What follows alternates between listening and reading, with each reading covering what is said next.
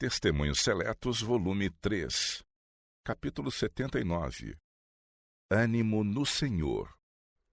Recentemente, durante a noite, minha mente foi impressionada pelo Espírito Santo, com o pensamento de que, se o Senhor logo há de vir como cremos, deveremos ser mais ativos do que temos sido em anos passados no apresentar a verdade ao povo.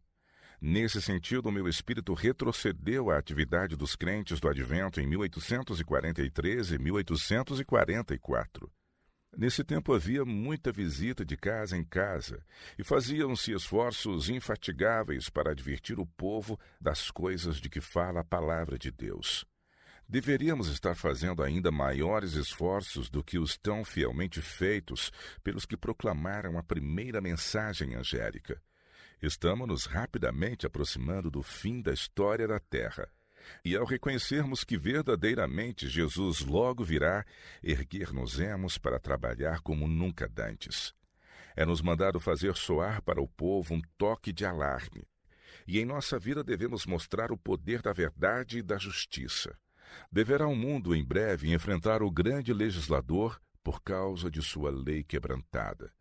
Apenas os que se desviarem da transgressão para a obediência podem esperar perdão e paz.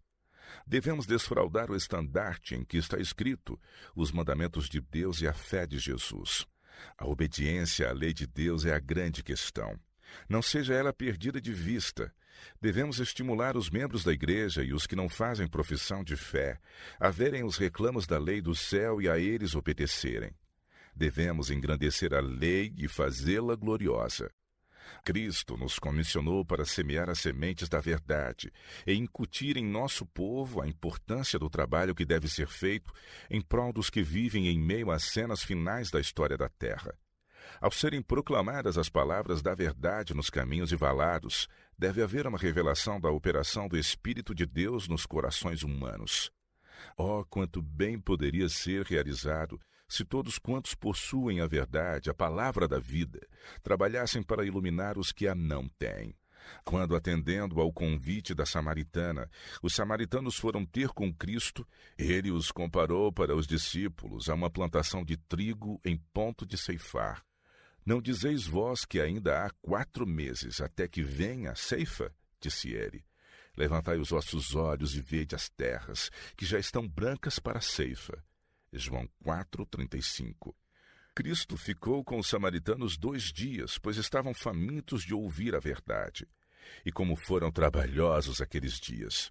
Como resultado desses dias de trabalho, muitos mais crerão nele por causa da sua palavra. Seu testemunho foi este. Nós mesmos o temos ouvido e sabemos que este é verdadeiramente o Cristo, o Salvador do mundo. João 4:41 e 42. Quem dentre o professo povo de Deus empreenderá esta sagrada tarefa e trabalhará em favor das almas que perecem por falta de conhecimento? O mundo precisa ser advertido. Muitos lugares me são indicados como estando necessitados de esforços consagrados, fiéis e infatigáveis. Cristo está abrindo o coração e a mente de muitos em nossas grandes cidades. Estes precisam das verdades da palavra de Deus. E se estabelecermos comunhão sagrada com Cristo e buscarmos entrar em contato com essas pessoas, far-se-ão impressões para bem. Precisamos despertar e entrar em afinidade com Cristo e com os nossos semelhantes. As cidades grandes e pequenas e as localidades próximas e distantes precisam ser trabalhadas, e isso com sabedoria. Nunca recueis. Se trabalharmos em uníssono com o Espírito de Deus, o Senhor fará as devidas impressões nos corações. Tenho para vós palavras de animação, meus irmãos. Devemos avançar com fé e esperança, esperando de Deus grandes coisas. O inimigo buscará de toda maneira impedir os esforços feitos para o avançamento da verdade, mas na força do Senhor podeis alcançar êxito. Não se profiram palavras desanimadoras, mas somente as que se destinam a fortalecer e ajudar os coobreiros. Um assunto pessoal. Almejo empenhar-me pessoalmente em trabalho ativo no campo, e por certo não me empenharia em mais trabalho público se não cresce que na minha idade não é prudente confiar alguém nas suas forças físicas. Tenho um trabalho para fazer na comunicação à igreja e ao mundo da luz que de quando em quando me foi confiada em todos estes anos em que a terceira mensagem angélica tem sido proclamada. Enche-me o coração o desejo mais intenso de apresentar a mensagem a todos quantos possam ser alcançados. Ainda estou fazendo a minha parte na preparação da matéria para publicação. Preciso, porém, agir com muita cautela para que não caia em situação em que não mais possa escrever. Não sei quanto tempo de vida ainda terei, mas o meu estado de saúde não é tão mau quanto eu poderia esperar que fosse.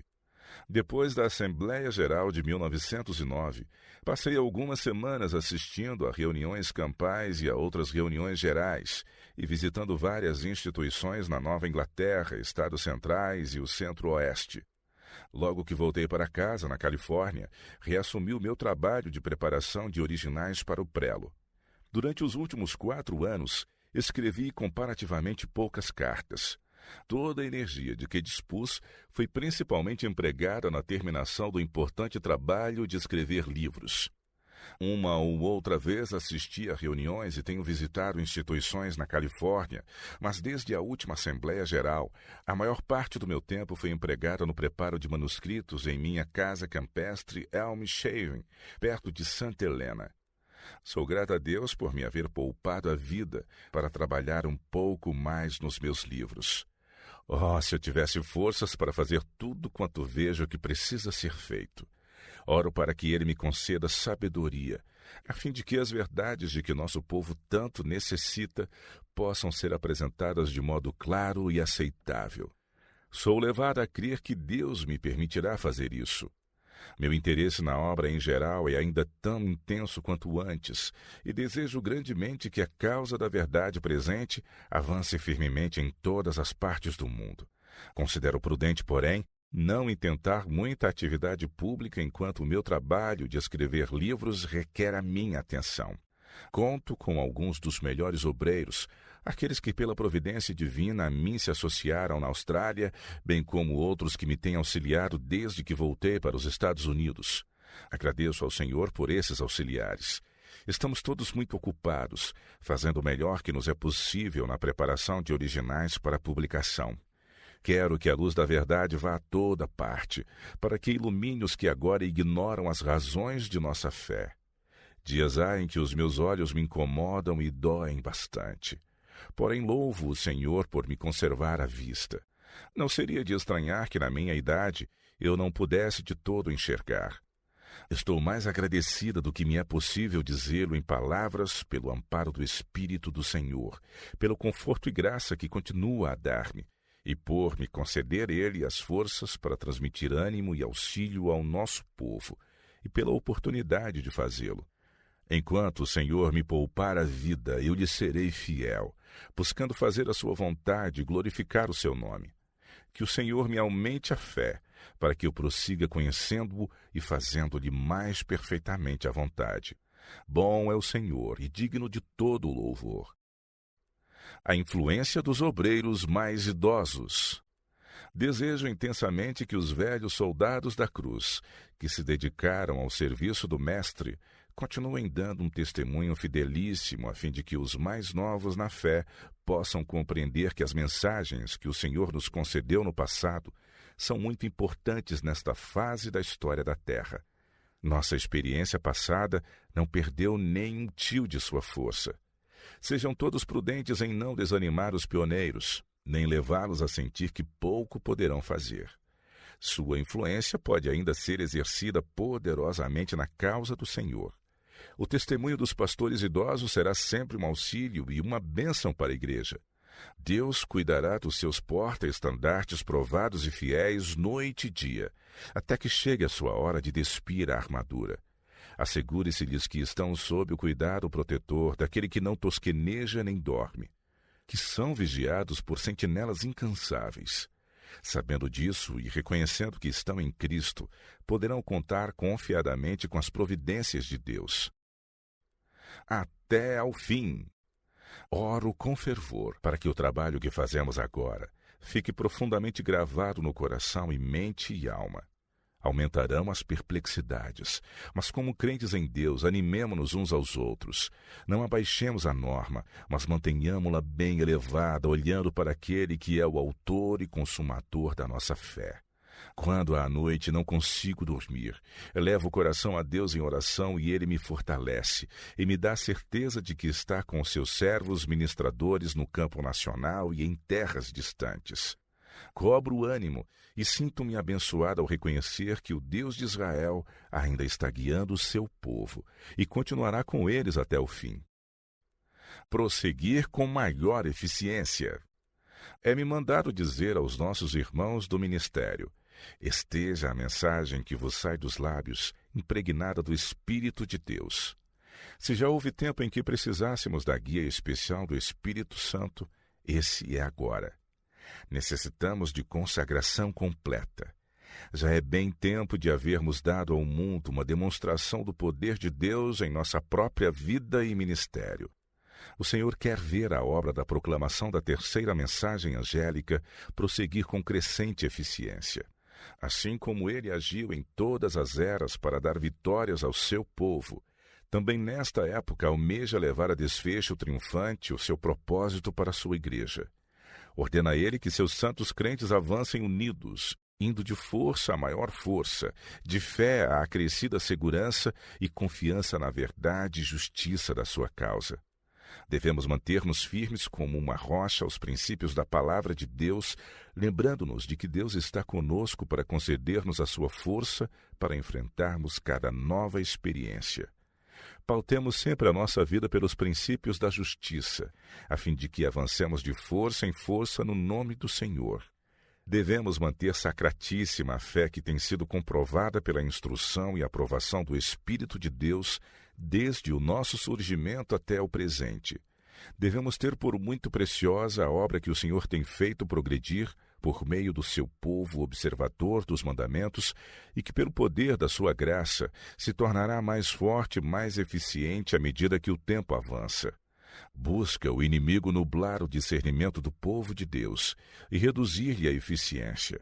Mas se trabalharmos sob a direção do Espírito de Deus, Ele lhes abrirá portas de oportunidade para o trabalho de edificação dos lugares antigamente assolados. Sua experiência será de crescimento constante, até que com poder e grande glória o Senhor desça do céu para aplicar aos seus fiéis o selo da vitória final. Promessa de vitória final. O trabalho que está por fazer é tal que porá à prova todas as capacidades do ser humano. Exigirá o uso de forte fé e vigilância constante. Por vezes, as dificuldades que enfrentaremos serão as mais desanimadoras. A própria grandeza da tarefa nos desacoroçoará. Não obstante, com a ajuda de Deus, seus servos finalmente triunfarão. Portanto, irmãos, vos peço que não desfaleçais. Efésios 3:13. Por motivo das experiências probantes que estão perante vós. Jesus estará convosco. Ele irá diante de vós pelo seu Espírito Santo, preparando o caminho, e será o vosso auxiliador em todas as circunstâncias. Por causa disto me ponho de joelhos perante o Pai de nosso Senhor Jesus Cristo, do qual toda a família nos céus e na terra toma o nome, para que, segundo as riquezas da sua glória, vos conceda que sejais corroborados com poder pelo seu Espírito num homem interior, para que Cristo habite pela fé nos vossos corações, a fim de, estando arraigados e fundados em amor, poderdes perfeitamente compreender com todos os santos qual seja a largura e o comprimento, a altura e a profundidade, e conhecer o amor de Cristo que excede todo o entendimento, para que sejais cheios de toda a plenitude de Deus. Ora, aquele que é poderoso para fazer tudo muito mais abundantemente além daquilo que pedimos ou pensamos, segundo o poder que em nós opera, a esse glória na Igreja por Jesus Cristo, em todas as gerações, para todo sempre. Amém. Efésios capítulo 3, versos de 14 a 21. Fiquei profundamente impressionada por cenas que me foram recentemente apresentadas à noite. Parecia haver um grande movimento, uma obra de reavivamento ocorrendo em muitos lugares. Atendendo ao chamado de Deus, nosso povo se estava arregimentando. Irmãos, o Senhor nos está falando. Escutar-lhe-emos nós a voz? Não espevitaremos nossas lâmpadas e não agiremos como homens que esperam a vinda de seu Senhor? Este tempo exige portadores de luz, requer ação. Rogo-vos, pois, que andeis como é digno da vocação com que fostes chamados, com toda a humildade e mansidão, com longanimidade, suportando-vos uns aos outros em amor, procurando guardar a unidade do Espírito pelo vínculo da paz. Efésios 4, de 1 a 3.